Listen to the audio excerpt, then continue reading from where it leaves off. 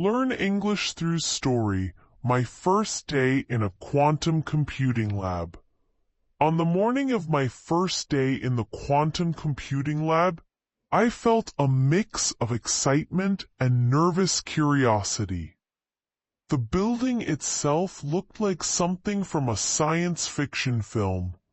Clean white walls, glass panels, and a quiet hum that made the air feel almost electric. As I pushed open the heavy door, a blast of cold air touched my face, followed by the strange metallic scent of advanced machines. I had studied quantum mechanics in theory, but this was the first time I would see real quantum equipment up close. Dr. Mira, the lead researcher, greeted me with a calm smile. She was known for her brilliant mind, but also her patient way of explaining complicated ideas. "Welcome," she said. "Today you'll meet the heart of our lab, the quantum computer." Her voice echoed slightly in the long hallway as she guided me toward a tall, cylindrical machine surrounded by thick cables and cooling systems. It looked nothing like the computers I knew. Instead, it resembled a futuristic chandelier made of gold, wires, and delicate components. "This is the cryostat," she explained. "It keeps the qubits cold enough to behave properly." I nodded, though my eyes were fixed on the machine. The idea of qubits, units that could exist in multiple states at once, still felt magical to me. It was the opposite of everything I had learned about classical computers. Instead of being limited to 0 or 1, a qubit could be both, unlocking enormous computing power. As we stepped closer, the temperature dropped noticeably. The machine whispered with a soft vibration, as if dreaming in slow motion. One of the senior engineers approached us. His name was Leo, and he handed me a pair of protective gloves.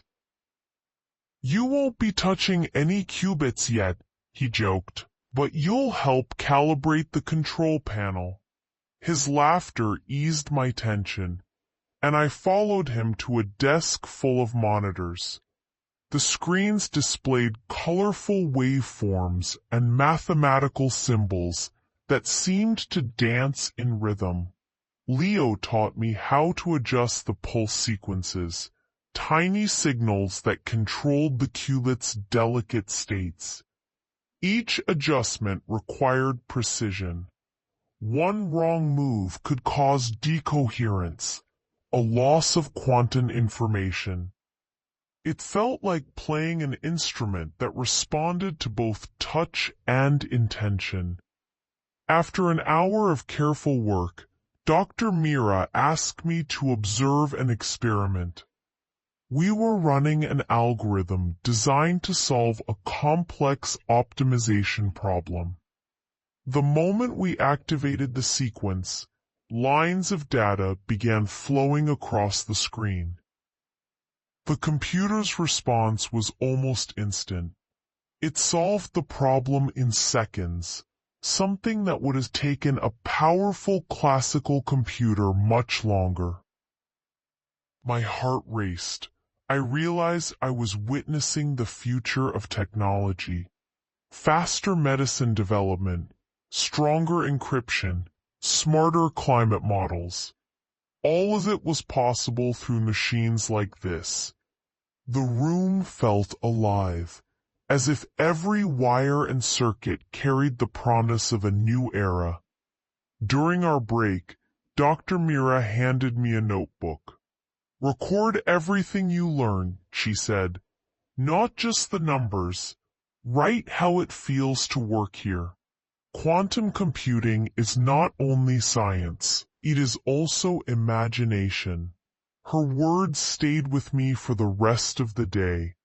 As I watched the team collaborate, adjust settings and discuss theories, I understood that this field required both logic and creativity.